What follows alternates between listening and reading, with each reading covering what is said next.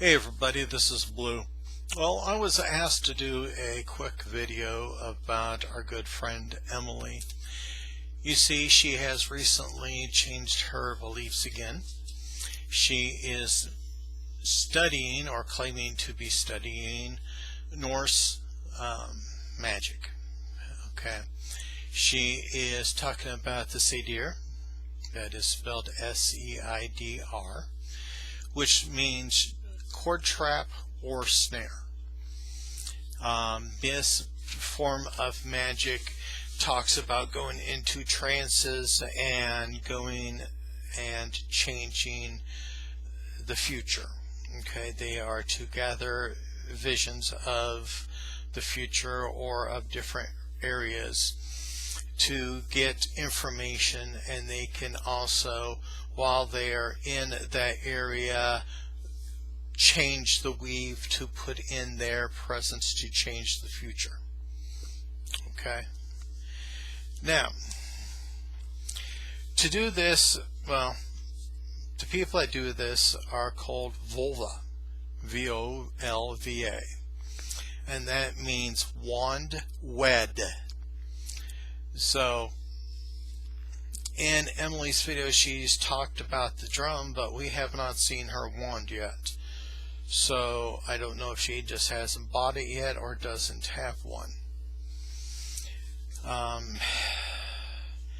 She is also talking about some questionable claims here. Now, a Volva is somebody that is nomadic.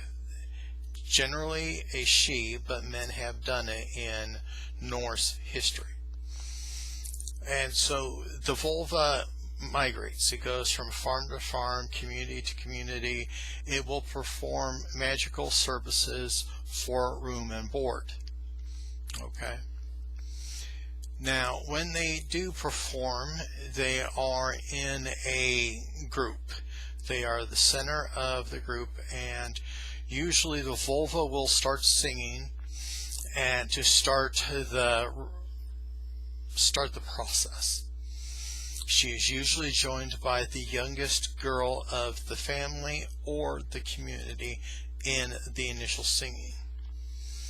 As it is established, other people will join in on the singing, and they will use a series of disturbances or breaks in the music, and while this happens, it is supposed to change the mindset of the Volva. And it is during these events that the Volva is to spew out information and answering questions and such. So, and I forgot the main thing there. They are lifted up. In other words, they can't sit on the ground and do this. They are actually in a chair, a special seat, and they are lifted up in the air while they do their singing and that. Then when the ceremony is done, they lower her down. So I found that to be quite interesting. This is to go along with the Norse three Norns, which are past, present, future. And it's called the Weave of Weird, if I remember right, because they are taking the thread of life, of reality, and they are creating this tapestry of time. And so to change somebody's fate, they are to go in there and try to add their own thread, or trying to change how the Norns weave this fabric of weird. And I thought that was quite interesting too. So, you know, our friend Emily, she has making these claims that you can't do it alone. Well, no, if somebody's got to lift you up, you can't do it alone. And also Emily's supposed to be nomadic, and she barely leaves her apartment. Now, I'm not trying to slam her on that, but You can't say you're going to be doing this when there are certain requirements and never meet them. Emily, you are a homebody. And so as long as you want to be reclusive in your apartment, you cannot practice this. Okay, you are supposed to be a part of the outside world, part of the community or communities to do your work.